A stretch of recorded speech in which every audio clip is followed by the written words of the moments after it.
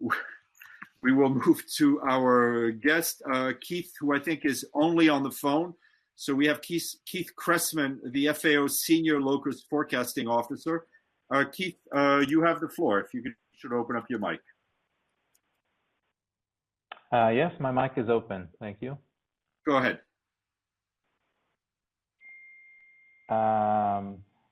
Is there a question, or would you like me just to present an overview? Why don't you make some opening remarks, and then we'll take your questions. Okay. Yeah, that's fine. My name is Keith Cressman. I'm FAO Senior Desert Locust Forecasting Officer, and I am the one that, of course, is following the current desert locust upsurge in East Africa, and assessing the current situations there as well as in other regions, and forecasting and providing early warning to the countries as well as the international community and our partners in terms of what to expect. Is anybody's sound working? Keith, hold on a second. Edie, are you hearing? No, I'm not hearing him, Edie. Okay, Yoshita, are you hearing? It stopped. All right, Keith, hold on a second. Okay. It's only working on UNTV. It's not working on the dreadful web interface. Right, it's not. They're not getting the sound on the. Another wonderful technological issue. Yes, James. Okay, I'll stay on the line, Adam. Alejandro, they're not getting the sound. They're not getting the phone on the sound. I'm about it. I'm asking you this.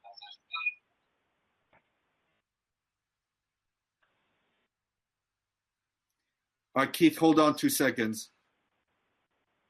Sure, that's fine.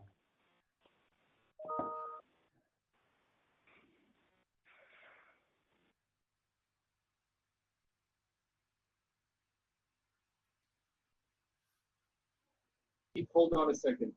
I'm not hearing either. Okay. Dale, hold on. Did Adam, any updates?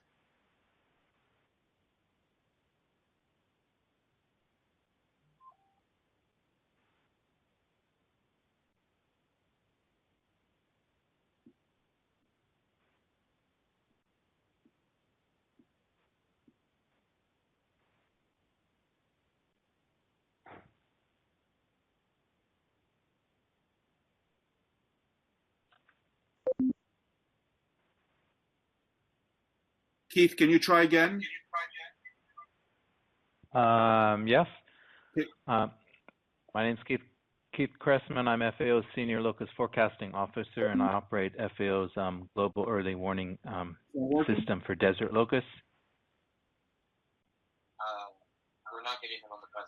Okay, hold on, Keith.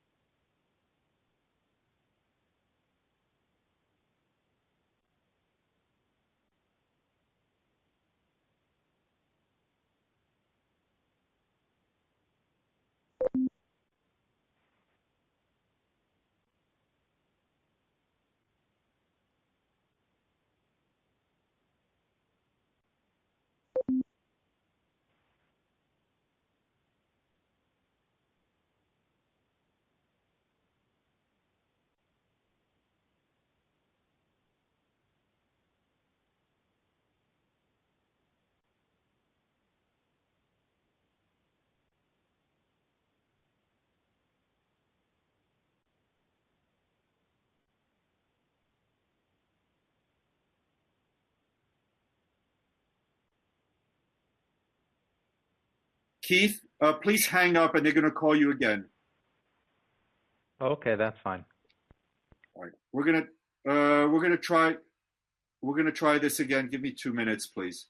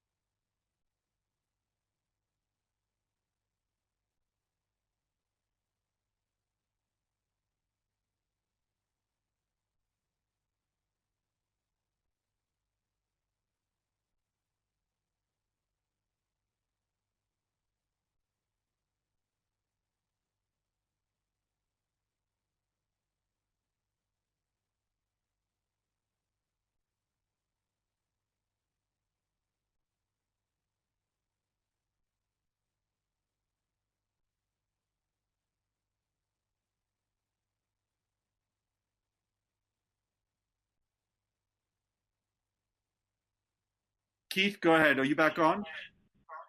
Yes, I am. Bill, are you hearing him? Yoshita, are you hearing? Go ahead. Try again. Okay. This is Keith Cressman from Rome. Yoshita or Edie, can you give me a thumbs up if you can hear Keith? Can you hear me? I can hear you. Okay. This is a bloody disaster. Steph, I'm watching both UNTV and the Zoom. I can tell you that your sound is on UNTV, but not on the Zoom. Even mine. Yes, you were only no. I think you just came out on the web now. All right, let's try. Time. Keith, can you try again? Yes, this is Keith Cressman from FAO headquarters in Rome. I'm the senior desert. We can hear you both. Officer. Okay, great. All right, so go ahead. Let's go ahead. Go ahead, Keith. Just a few opening remarks, and then we'll take questions. Thank you. Go ahead. Okay, I think as everybody knows, we're facing one of the worst desert locust situations that we've had, and probably in a number of decades. It's obviously being focused at the moment on East Africa, where it's extremely vulnerable in terms of livelihoods and food security. But now in the next month or so, it will now expand to other areas. It will move north into the Sahel, perhaps west into West Africa, and it will move across the Indian Ocean to India and Pakistan. I think I will leave it at that and take any questions, and I can provide further details. Great. All right. Let's go to questions. Give me 2 seconds. Edie, did you have a question? I'm having.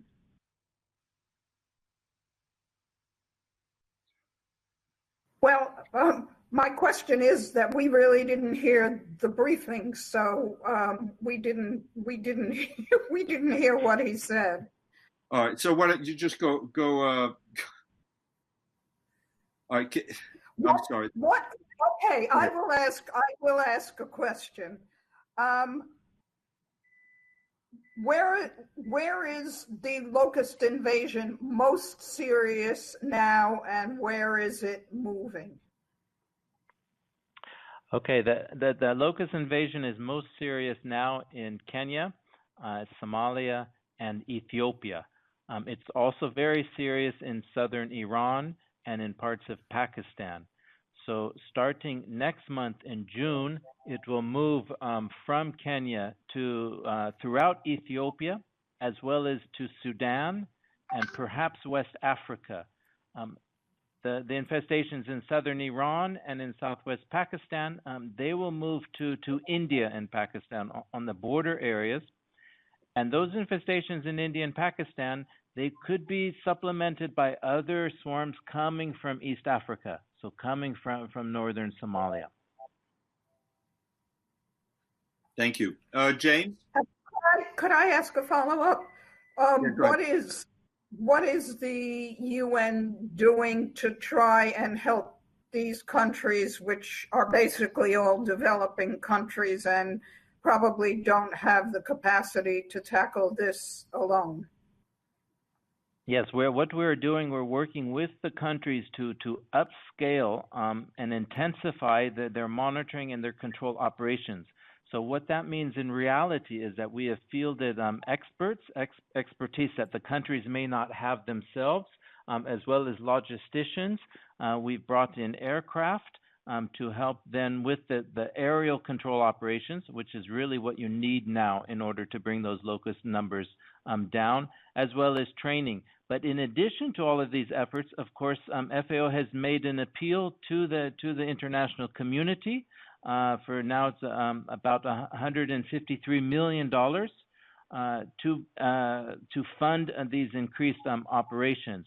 We're focusing on Kenya and Somalia and Ethiopia, and we have been focusing on those countries now since the beginning of the year. But the focus now will be extending to Yemen, to Iran, to Pakistan, and if need be, to West Africa.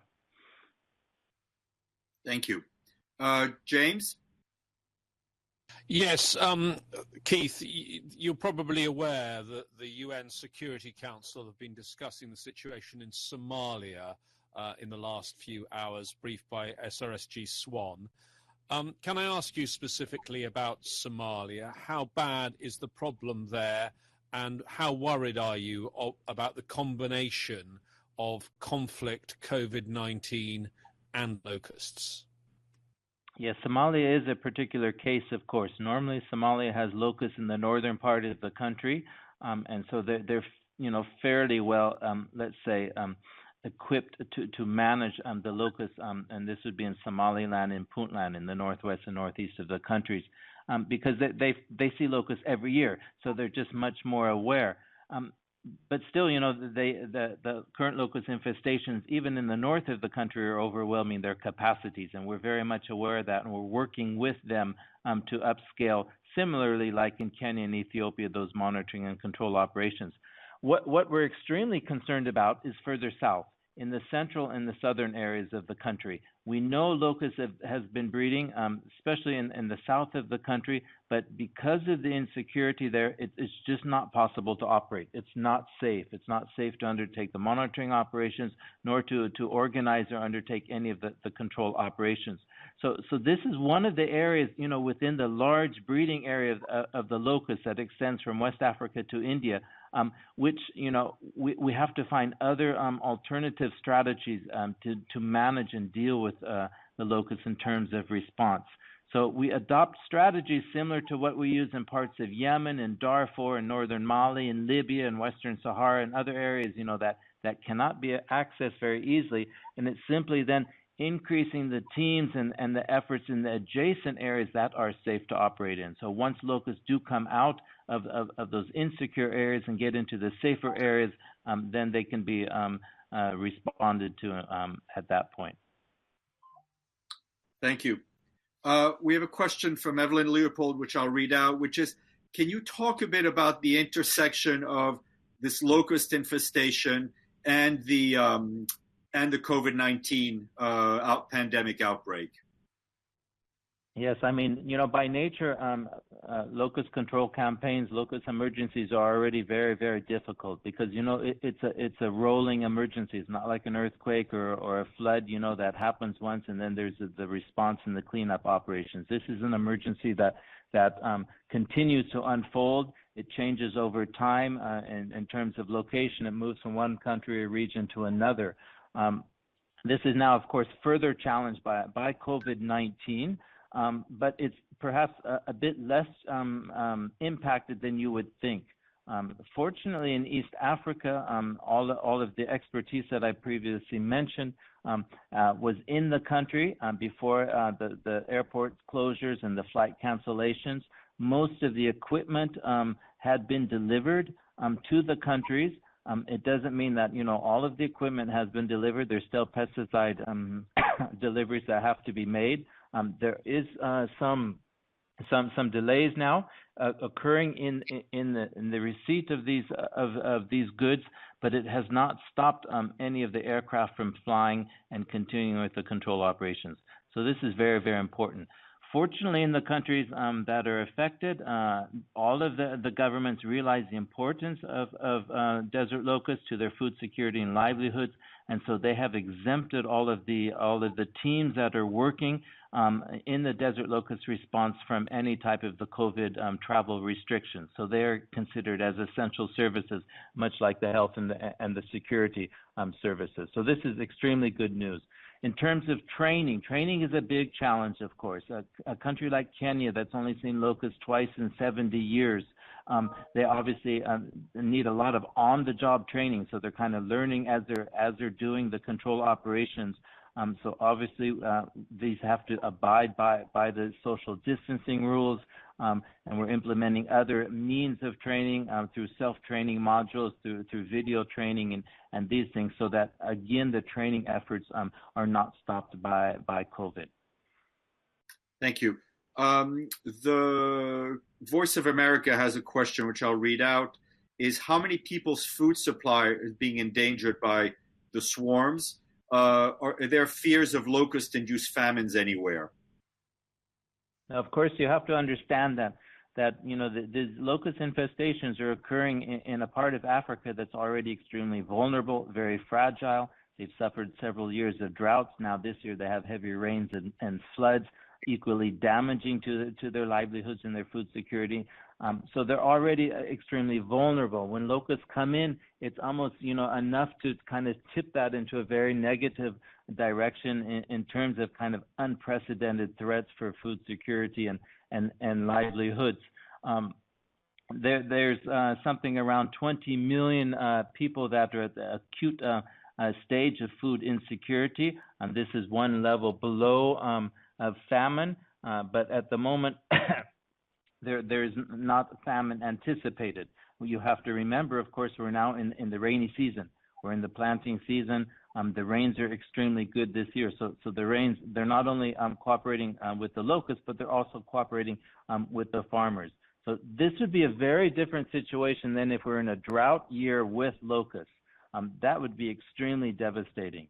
So we're monitoring the situation very carefully, but it does come back to the importance of upscaling and getting these control operations and finding as many of these infestations as possible to reduce those pressures and those numbers on the crops and on the pastures. Thank you.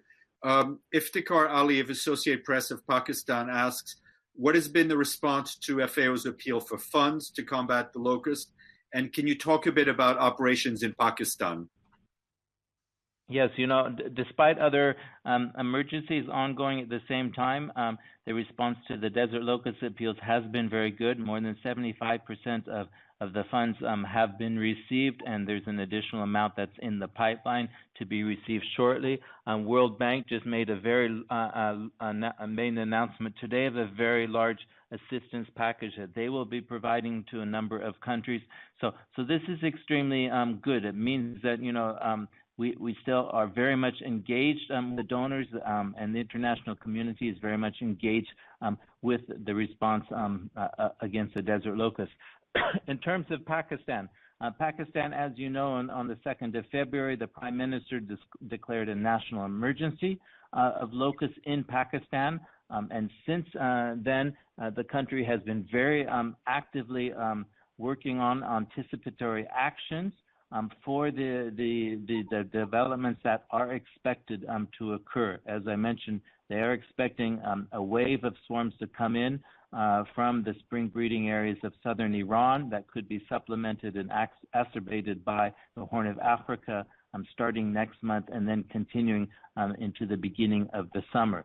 So they have been actively training all of their personnel, seconding additional personnel, procuring stocks of pesticides, sprayers, vehicles, aircraft, also that they are ready, if needed, to very quickly upscale the control operations. In the meantime, fortunately, you could say fortunately, they have locust infestations already in Baluchistan, in the southwest part of the country, as well as the Indus Valley, that the teams are already monitoring and controlling. So, in other words, they're not starting from zero. And also, we have to recall that Pakistan has the oldest national locust program in the world that dates back to pre-partition times. So it's a very different situation than a country that like Kenya that sees locusts only once in every 70 years. Pakistan has locusts every year in the summertime near the Indian border and in the springtime near the Iranian border. Great. Keith, thank you very much. And I apologize to you and all of the journalists for the technical issues, but thank you very much for the informative briefing, and good luck with all your work. Thank you, and thank you very much to the journalists for your patience and also for your coverage, because this is very, very critical for the farmers and the pastoralists in the affected countries. Thank you. Take care. Thank you. Goodbye. Bye. That's it for today. Hasta mañana. Okay, adios. Bye. Bye.